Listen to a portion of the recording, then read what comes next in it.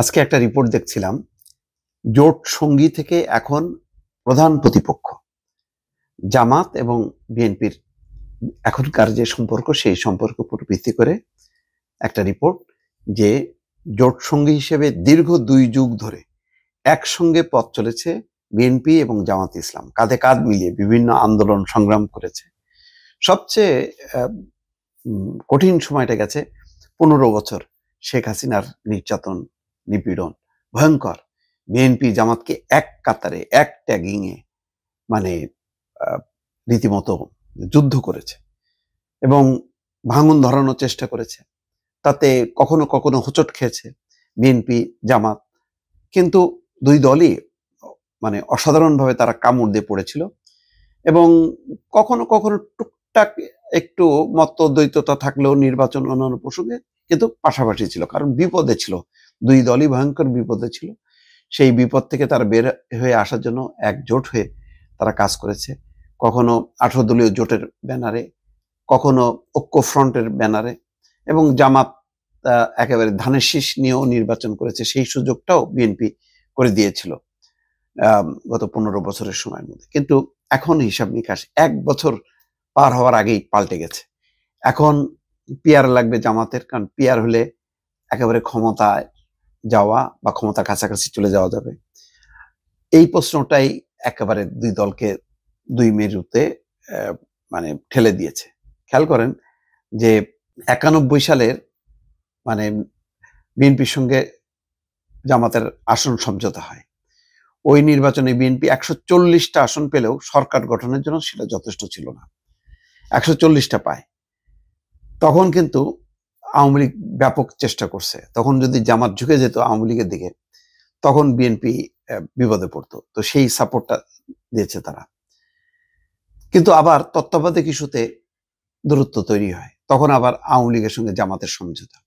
কিন্তু সেটার খুব বেশি দিন যায়নি, তারপর পরই কিন্তু তাদের মধ্যে মানে বিএনপি জামাতের তারপরের সম্পর্কটা লম্বা সময়। তার আগে এক সময় একটা ছন্দপতন ঘটে, সেটা হলো যে 86 সালে এরশাদের সময়। তখন আওয়ামী লীগ আর জামাত মিলে নির্বাচন করে, তখন ছিটকে যায় হচ্ছে বিএনপি। কিন্তু ওই সমস্ত বাদ দিলে গত 15 বছর বা তারও বেশি সময় ধরে, বলা হচ্ছে 2 যুগ না হলেও তার মধ্যে অন্তত 20টা বছর কিন্তু তারা মানে একে অপরের সাথী ছিল, সুখ দুঃখের অংশীদার হিসেবে ছিল।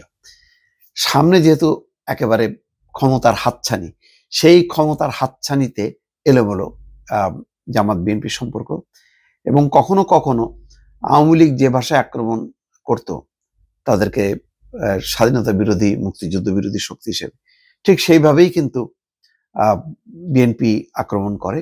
আবার জামাতের পক্ষ থেকে ডাক্তার শফিকুর রহমানও বলছেন যে এক চাঁদাবাজকে তাড়িয়েছি আর এক চাঁদাবাজ শুরু করছে, অর্থাৎ আওয়ামী লীগের সাথে বিএনপির মেলানোর চেষ্টা নিয়ে যথেষ্ট পরিমাণ নির্বাচনী মাঠে সক্রিয়। আর পিআর নিয়ে তো আন্দোলন করছে, কর্মসূচিও হয়েছে, এবং নভেম্বরে তারা গণভোট চায়, যেটা বিএনপির স্বার্থ বিরোধী। বিএনপি চায় নির্বাচনের দিন গণভোট, আর পিআর তো প্রশ্নই ওঠে না।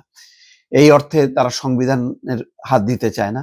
এই টানাপোড়েন এখন বেশ মানে, এবং সামনে যেটা অবস্থাটা, যে টানাপোড়েনটা এতটাই তুঙ্গে উঠছে যে এখন জামাত চেষ্টা করছে যে ইসলামী দল, সেই সাথে কিছু গণতান্ত্রিক দল মিলে একটা জোট করা, আর বিএনপি সেই যাতে ধর্মীয় কোনো জোট না করতে পারে, যেন ধর্মীয় কিছু দল এবং গণতান্ত্রিক দল মিলে একটা বড় জোট করার চেষ্টা করছে।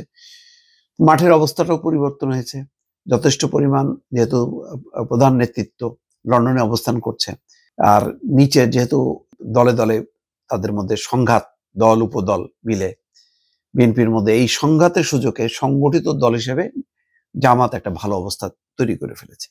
সেটাও আবার মানে ব্যবধানটা আরো বাড়িয়ে দিয়েছে, বা দূরত্বটা আরো আস্তে আস্তে তার দৈর্ঘ্য বেড়েছে।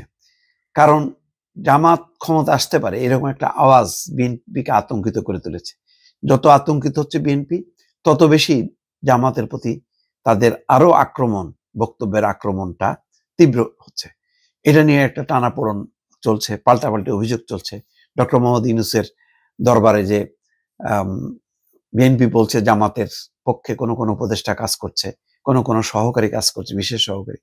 আবার জামাতও বলছে যে বিএনপির পক্ষে অমুক অমুক কাজ করছে, অমুক অমুক ডিসি অমুক, 40 জন সচিবের তালিকাও তারা দিয়ে এসছে। সব মিলায় একটা মুখোমুখি অবস্থা। আবার মানে এক ধরনের মিত্রতাও দেখা যায়, যেমন নয়াদিগন্তের যেই দৈনিক নয়াদিগন্ত, যেটা জামাত সমর্থিত বা জামাতের মুখপাত্র বলা যায়, সেই পত্রিকার প্রতিষ্ঠাবার্ষিকীতে যে মির্জা ফখরুল আবার নিজামী মীর কাসেম আলীর মামলা করে তাদেরকে হত্যা করা হয়েছে মিথ্যা মামলা দিয়ে, সে কথাও বলেছে। ঐক্যের কথা বলেছে যে ছোটখাটো ভুল ত্রুটি মানে ত্যাগ করে নির্বাচনের সবাইকে মনোযোগী হওয়ার আহ্বান জানিয়েছে। সেই বন্ধুত্বটাও আছে। আবার একসাথে ডক্টর ইউনূসের সঙ্গে সফর সঙ্গী হয়েছে মির্জা ফখরুল ইসলাম আলমগীর, এদিকে ডাক্তার তাহের, এনসিপি নেতারা। এই ধরনের একটা, এটাও হয়তো গণতান্ত্রিক রাজনীতির একটা সৌন্দর্য। কিন্তু পরিস্থিতিটা যাতে এমন পর্যায়ে চলে না যায়, কারণ দুই দলই ফ্যাসিবাদের বিরুদ্ধে লড়াই সংগ্রাম করেছে। এখন সেই ফ্যাসিবাদ বিরোধী ঐক্যটা কতটুকু টিকে থাকবে জামাত এবং বিএনপিকে ঘিরে, সেটাই এখন দেখার বিষয়। দর্শক।